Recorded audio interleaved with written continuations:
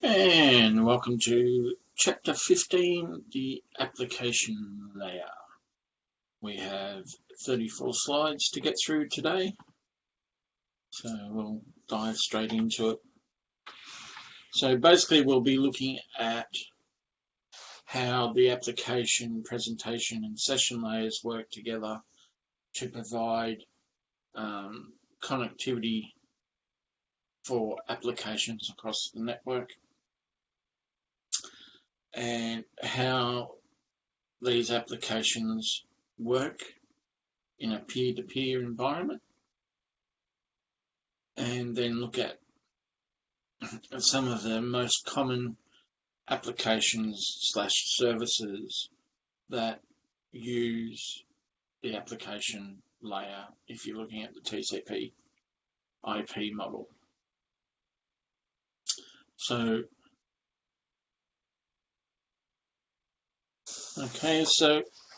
when we're dealing with TCP IP, anything that is requesting access to the network is basically an application.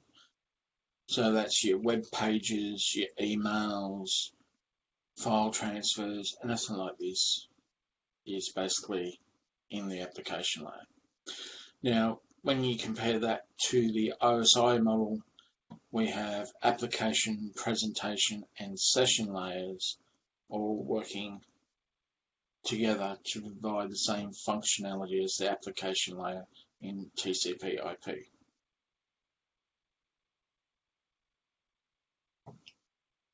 So within presentation and session layers, we basically take over the formatting of the material for transport, whether it's to be compressed or decompressed or encrypted, for example.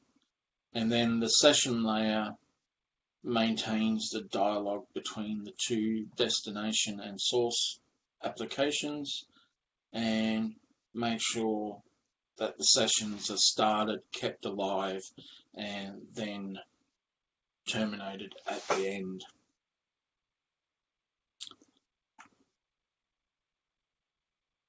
Okay, so some of the common ones we'll be looking at is our DNS, our DHCP, and our web with HTTP.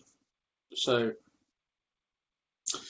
basically each of these will use a well-known port number to identify the application.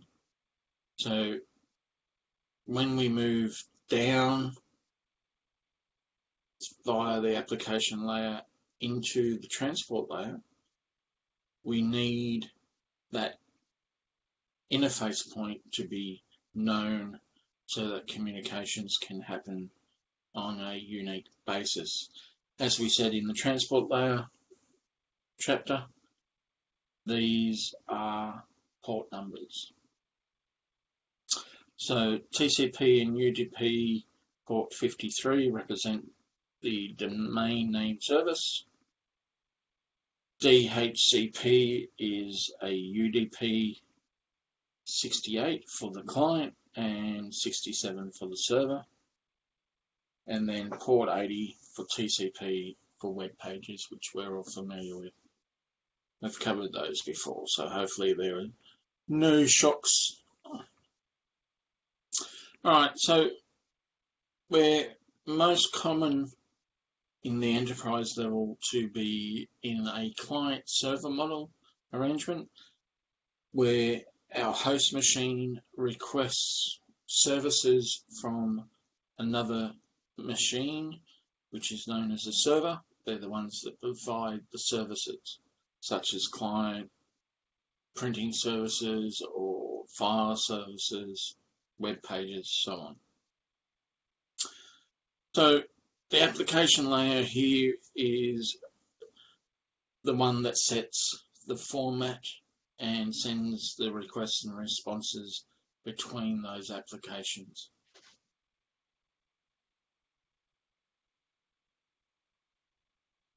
Peer-to-peer networks are two host machines talking to each other, and either one of them can actually be equivalent to the server. So in this example here, we have peer number 2 providing printing services to peer 1. So in effect, if you want to, peer 2 effectively becomes a server for peer 1, but it can flip back and forth. There's no dedicated roles in a peer-to-peer network. They just do whatever is natural or required to get the job done in that environment. So they can be acting as a host and a server simultaneously, and they will handle the roles on an ad hoc need basis. So basically, some of the applications you'll find in a peer-to-peer thing act both as client and server, or there are some hybrid that basically work more as a server than a client. It kind of depends on what's going on at the time. So some of the known peer-to-peers will be your torrents. Okay, it's, there's lots of different applications that basically conform to the torrent format, and that is where one, you're not necessarily just the only one sharing the files like it's depicted here. Basically, the person here is looking for a file, and it sends a request out to the torrent and gets multiple responses from the web of devices that are part of the torrent, and the ones that have the file or parts of the file will share that back via the network to that requesting device. It speeds up the download process because you're not just restricted to the upload speed of one particular server. You can grab bits and pieces from multiple sources, increasing your download speed significantly, and it has a lot of valid uses, not just the illegal ones that torrents have been famous for. Next, we talk about hypertext transport protocol and the lovely hypertext markup language. Now, I'm not going to go into it in a great deal because we've all done HTML, so we know the process already. We basically need a uniform resource locator, i.e. an address of the service, and a browser to actually request the service. Okay, so we have the client requesting page from a server, and the server then brings it down. Now, you know how it works. We've all seen the code before. So it's just a handshake saying, give me the page. And basically what these pages are saying is the formal words of the protocol, which, we can discuss here. So with the request and response within the protocol, the client sends the request with a GET command, and the server will respond to it with the put, which is uploading the resource or the content, and the post is almost the same as well.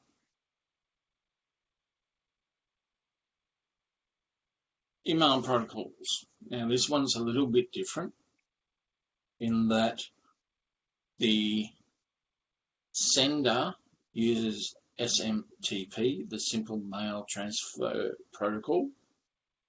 Will send the email all the way to the destination's email exchange. So between your ISP's mail server and the recipient's mail server, you could have 2 or 3 other email servers that will all just in the chain of sending it to the final destination's mail server. Now, when it gets to the recipient's mail server, it stops using Simple Mail Transfer Protocol and will use Post Office Protocol or IMAP to download it on request by the recipient to receive the email. And this is an important concept to understand, that SMTP all the way to the final destination's mail server, and then IMAP or POP on the final leg down to the recipient. Because of these two protocols work together, we have the SMTP working on port 25, and basically these messages are responsible for coordinating and transfer of all emails between the servers and from your host up to your ISP. Alright, or really it should be mail exchange server. So basically, as I said on the last slide, coming up back and forth between the servers is SMTP. The final download to the recipient is with POP or IMAP, but in this leg, if this was the sender, it would be using SMTP to this server. So this server needs to run both protocols. Okay.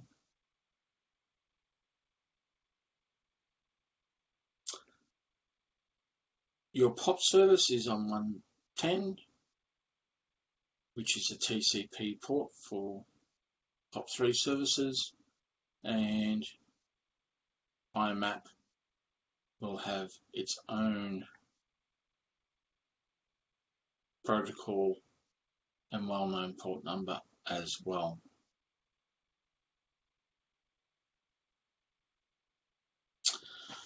Okay, so domain name services is our next section, and with this one we've talked about this. We've actually set up a DNS server as part of our server unit, so hopefully you understand the concept quite well by now, in that we have a DNS server that has basically a table in it, and that table is the makeup of the URL, and next to that is an IP address. So a client goes, I want to connect to Cisco.com, sends a request out to the server. Server says, yes, I've got that entry, and the IP address is there.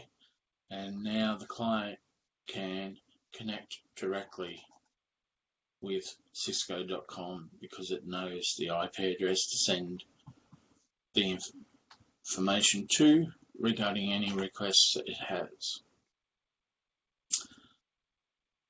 DNS message format, again, hopefully some of this is still with us. So our type A record, resource record A, is to do with end devices in IP version 4.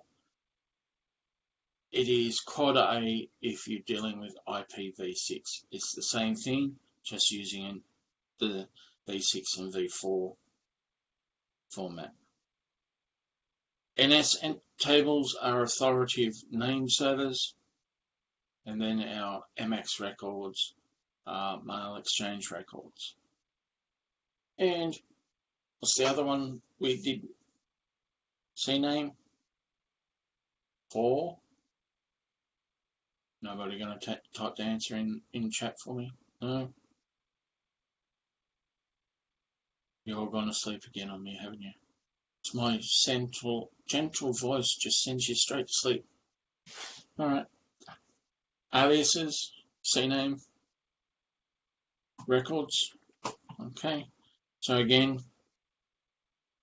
there's got to be a corresponding entry in one of these records types for it to convert the name. And we have the question and the response, the answer, resource record that answers it. Authority, which basically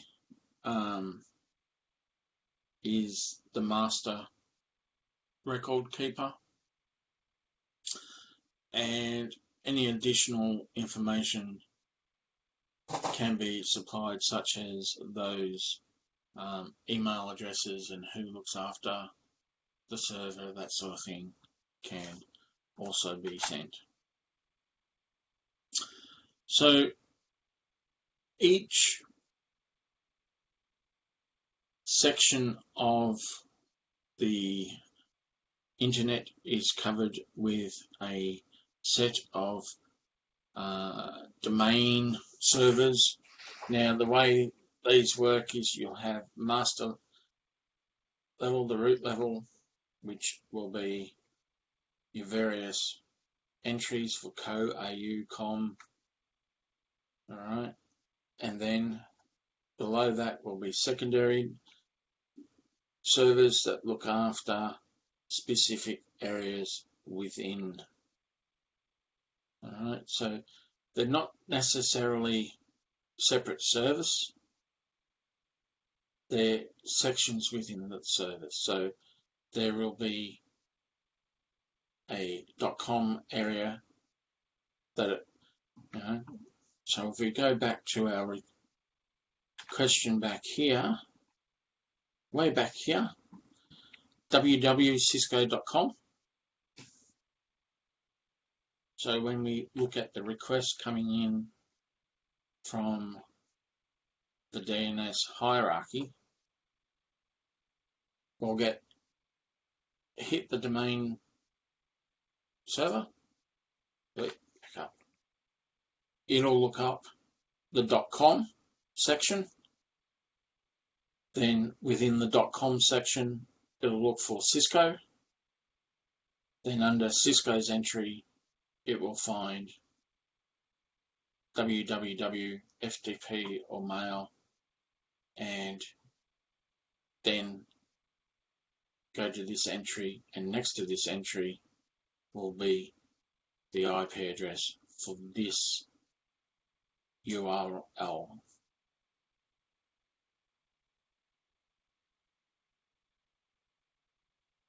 So how do we see these entries without actually using a web page? Well, we use the NS lookup command in the command window,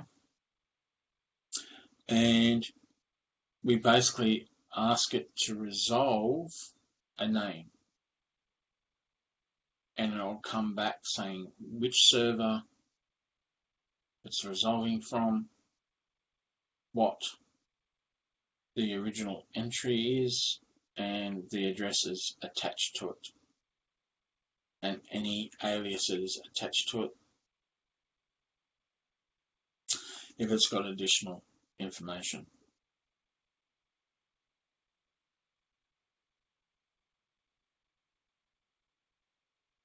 Next section, DHCP.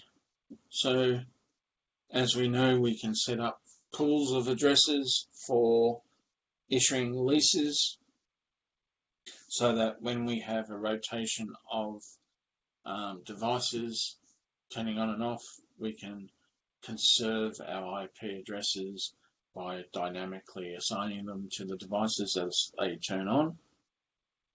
And we give them a lease so that we can control how long they can have that IP address for before they need to reapply for an extension. Now, this works for both IPv4 and v6, and we need to define what addresses are inside the pool, any exclusions, in other words, any addresses that we cannot give out are excluded. A better way of avoiding the needing to exclude addresses is not to include them within the pool. Okay, so if you do your design correctly, you've got all your servers, your gateway, any devices such as your switches and things like that, all grouped up together, okay, in sequence, and then you just start the pool after that. So that way you don't have to exclude any addresses because they're not included in the pool. But a lot of people just set up the pool for the entire address range of the subnet, and then they have to put in a whole range of excluded addresses for the devices they statically address. All right, just a quick revision of how DHCP works. A client sends a request out, which is basically a DHCP discover, all right, saying, hey, any DHCP servers out there? I want to get an address.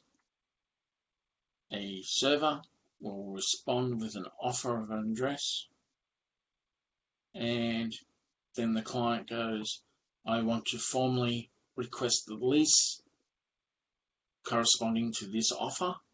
So if there's more than one DHCP server, by sending the request containing the offer, it identifies which server and what addresses specifically it wants.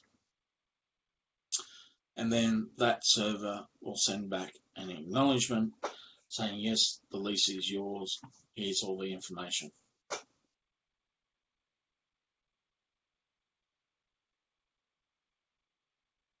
File transfer protocol.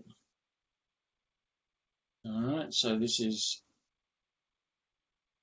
almost, well, this basically is the last set of applications we'll be looking at.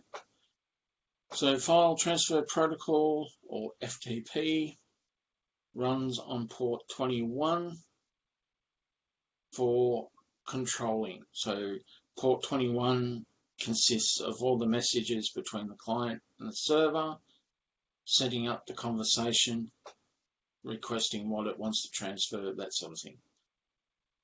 The client will set up a second connection on port 20 saying, okay, download the data on this port. All right, so you've got two ports. One where the client and server talk about the whole process.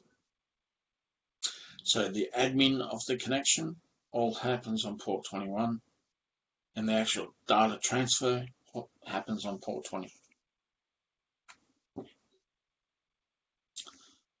SMB is Microsoft's server message block. they can start, authenticate, and terminate sessions. They control file and printer access, and basically allow the transfer of messages between devices using SMB. So file transfers or shares can happen by SMP responses and requests. And one of the things that may occur is some of the old protocols use SMB1, some of the older applications, and in the latest updates in a lot of Microsoft products, they only work with SMB2, so you might have problems sharing to the older apps because the actual protocol no longer is active. Alright, so in summary, what did we just go over? We looked at how the application layer protocols work together to provide the formatting and presenting of data, whether it's compressed or encrypted, and maintains that dialogue of how it's going to format those between the applications. We looked at client-server and peer-to-peer models. We looked at the protocol for web traffic, email, DNS, DHCP, and FTP, and SMB. So we had a look at how our web traffic is sent and received using the guest, post, and put commands within HTTP. We looked at the specific protocols, SMTP, POP, and IMAP for email to function. We went over DNS and DHCP again fairly quickly because we've talked about those in detail in other units. And FTP, we went over the fact that it uses two protocol ports, one for maintaining the session and one for the actual file transfer. So if you like, it's out-of-band management, if that's a term that you are more comfortable with.